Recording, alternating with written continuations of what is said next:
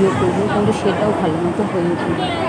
ট্রেনে উঠে দেখি দুজন মামা দাঁড়িয়ে আছে, মানে পুলিশ মামা। তাই ভিডিও করতে একটু দ্বিধাবোধ হচ্ছিল। তো ক্যামেরাটা অন করে জাস্ট হাতের মধ্যে ফোনটা রেখে দিয়েছিলাম। এতেই যেইটুকুনি এসছে ওইটুকুই তোমাদের সাথে শেয়ার করছি।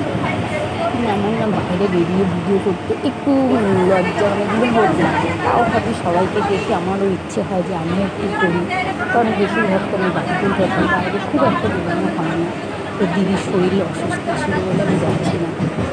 তা ভেবেছিলাম যাওয়ার পথেই ভিডিও করব, এত বৃষ্টি হয়েছে আমার টাইম হয়ে ওঠেনি। তো আসার পথে ভাবলাম ভিডিওটা একটু ভালো করে করবো, সেটাও হয়ে ওঠে। কিন্তু আমার ব্যাড লাক, রিসিভ করেছি, তোমাদের সাথে শেয়ার করছি। ভালো লাগলে অবশ্যই আমাকে কমেন্ট করে জানিও আর একটু পাশে থেকো। তো যখন বাড়ি ফিরছিলাম তো ভাবলাম ট্রেনের মধ্যে এত লোকজন, তো বাইরের স্টেশনটাই তোমাদের সাথে শেয়ার করি। তো দেখো, এটা হচ্ছে আমাদের কল্যাণী স্টেশন, আমার বাড়ি হচ্ছে মদনপুর। তো আমার বাড়িতে যখন আমি আসছিলাম তা ভাবলাম স্টেশনটাই আমি ভিডিওটা একটু তোমাদের শেয়ার করি। অনেক রাত হয়ে গেছে, তো তাই একটু ফাঁকা ফাঁকা লাগছে, নাহলে এইসব স্টেশনে আরও প্রচণ্ড লোক থাকে। তো 9টা বেজে গেছিলাম তো বিকেলবেলা, তো আস্তে আস্তে একটু লেট হয়ে গেল। তো ভালো লাগলে অবশ্যই পাশে থেকো, সাবস্ক্রাইব করো।